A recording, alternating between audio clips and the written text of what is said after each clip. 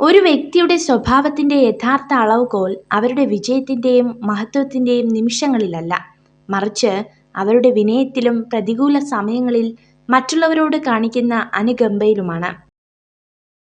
നിങ്ങൾ എന്നേക്കും ജീവിക്കും എന്നതുപോലെ സ്വപ്നം കാണുക. നിങ്ങൾ ഇന്നും മരിക്കുന്നത് പോലെ ജീവിക്കുക. സ്നേഹമാണെങ്കിലും ബഹുമാനമാണെങ്കിലും സൗഹൃദമാണെങ്കിലും ആരിൽ നിന്നും പിടിച്ചു വാങ്ങുമ്പോഴല്ല, അവർ മനസ്സറിഞ്ഞ് നൽകുമ്പോഴാണ് മനോഹരമാകുന്നത്. നല്ലത് മാത്രം ചിന്തിക്കുവാൻ ശീലിക്കുക. എന്നാൽ മനസ്സും നന്നാകും. മനസ്സു നന്നായാൽ പ്രവൃത്തിയും, അങ്ങനെ വ്യക്തിയും നന്നാവും. വ്യക്തി നന്നായാൽ കുടുംബവും, കുടുംബം നന്നായാൽ സമൂഹവും നന്നാവും. നിങ്ങൾ സംസാരിക്കുന്നതിന് മുൻപ് പറയാൻ പോകുന്നത് ശരിയാണോ, ഇപ്പോൾ പറയേണ്ടതുണ്ടോ എന്നിങ്ങനെ സ്വയം ചോദിക്കുക. സമുദ്രത്തിലെ ഏതാനും തുള്ളികൾ മലിനമായാൽ സമുദ്രം മുഴുവൻ മലിനമാകില്ല. മനുഷ്യനും മനുഷ്യവംശവും അതുപോലെയാണ്.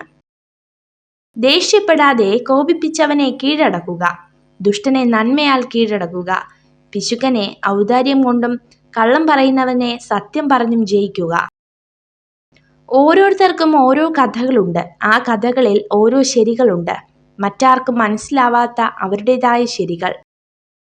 പുറമേ നിന്ന് വിലയിരുത്താൻ വളരെ എളുപ്പമാണ്. പക്ഷേ ചില വേദനകളുടെ ആഴം അത് അനുഭവിച്ചറിഞ്ഞവരുടേത് മാത്രമാണ്. ഒന്നുമില്ലെന്ന് തോന്നുമ്പോൾ കണ്ണാടിക്ക് മുന്നിൽ നിവർന്നു നിന്ന് ചോദിക്കുക, ഇതുവരെ എത്തിയത് എല്ലാം ഉണ്ടായിട്ട് ആയിരുന്നോ എന്ന്.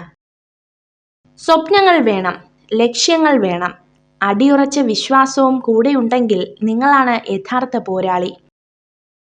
നമ്മൾ മറ്റൊരാളുടെ പ്രേരണയാൽ നമുക്ക് യോജിക്കാൻ കഴിയാത്ത ഒരു കാര്യവും ചെയ്യരുത്. ഞാനത് ചെയ്യില്ല എന്ന് പറയാൻ മനസ്സിനെ ബലപ്പെടുത്തണം. ആളുകൾ ചെയ്യുന്ന കാര്യങ്ങളിൽ നിന്ന് പഠിക്കുക. അതിൽ നിന്നും ഉൾക്കൊള്ളാൻ കഴിയുന്ന നല്ല കാര്യങ്ങൾ ചെയ്യുക. മറ്റുള്ളവർ നിങ്ങളോട് പറയുന്നതല്ല നിങ്ങൾ ചെയ്യേണ്ടത്. നിങ്ങൾ വിശ്വസിക്കുന്നവരെ സൂക്ഷിക്കുക. ഉപ്പും പഞ്ചസാരയും നിറത്തിൽ ഒരുപോലെയാണ്, എന്നാൽ ഗുണമോ തീർത്തും വിപരീതോ. ഇതുപോലെയാണ് മനുഷ്യരും. ഒരു സ്ത്രീയെയും ഒരു പരിധി വിട്ട് സ്നേഹിക്കരുത്. കാരണം അവരുടെ ചെറിയൊരു പെരുമാറ്റം പോലും നിങ്ങളെ വല്ലാതെ വിഷമിപ്പിക്കും. ലക്ഷ്യം വളരെ ഉയരത്തിലായതുകൊണ്ട് അതിൽ എത്തിപ്പെടാൻ സാധിക്കാത്തതല്ല, ലക്ഷ്യം ചെറുതായതുകൊണ്ട് നാം അതിൽ എത്തിപ്പെടുന്നു എന്നതാണ് ഏറ്റവും വലിയ ദുരന്തം. നിങ്ങൾ ഈ വീഡിയോ കണ്ടതിന് നന്ദി. ഇതുപോലുള്ള കൂടുതൽ വീഡിയോകൾക്കായി ചാനൽ സബ്സ്ക്രൈബ് ചെയ്യൂ.